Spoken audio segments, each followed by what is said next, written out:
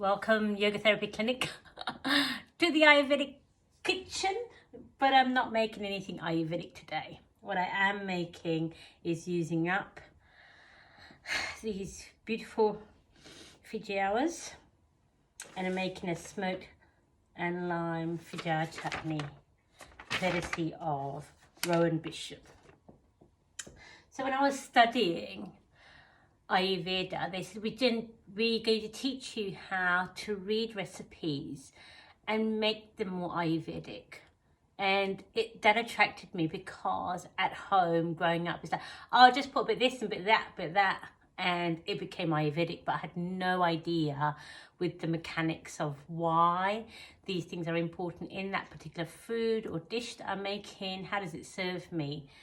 And so in studying, it became, quite insightful to learn. And then I was like, that's why I used to get told off when I used to mix certain things I'm not supposed to. So now I know.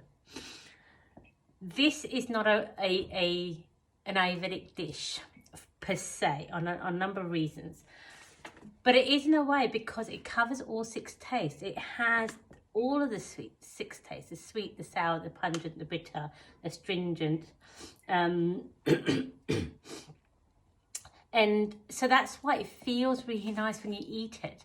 Like it's something I'd make every year. I dish it out to friends in Auckland. I'm going to have to find friends in Wakefield or Nelson to dish it out to.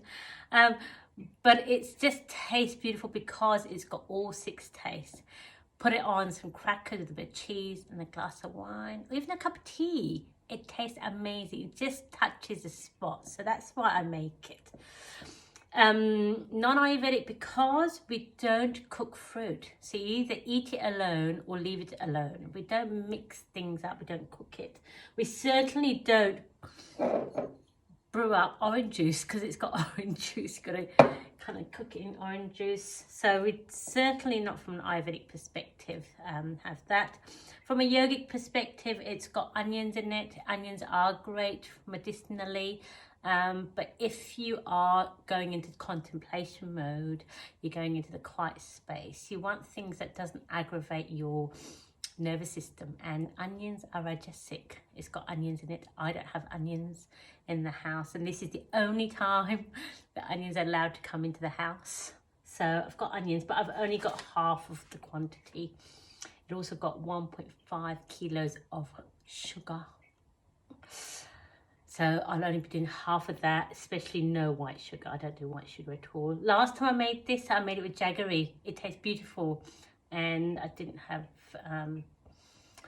the shop's not open. So you're just going to have to use brown sugar. So it's a beautiful, beautiful recipe. The other good thing about this is that you actually eat it with the chal. We call it the chal, I mean the skin. You cook it, so you just take the tops off, cut it up. So there's less going into compost. So it's a great way to use up Feijoas. I'm going to put the recipe up for you. The other thing I'm going to do is, I told you I was getting a bit low on my decoction from Prabha. It's on the phone, got the recipe. And look at this. Yay! Oh. I don't know if it's me being Indian, but the freshness of turmeric.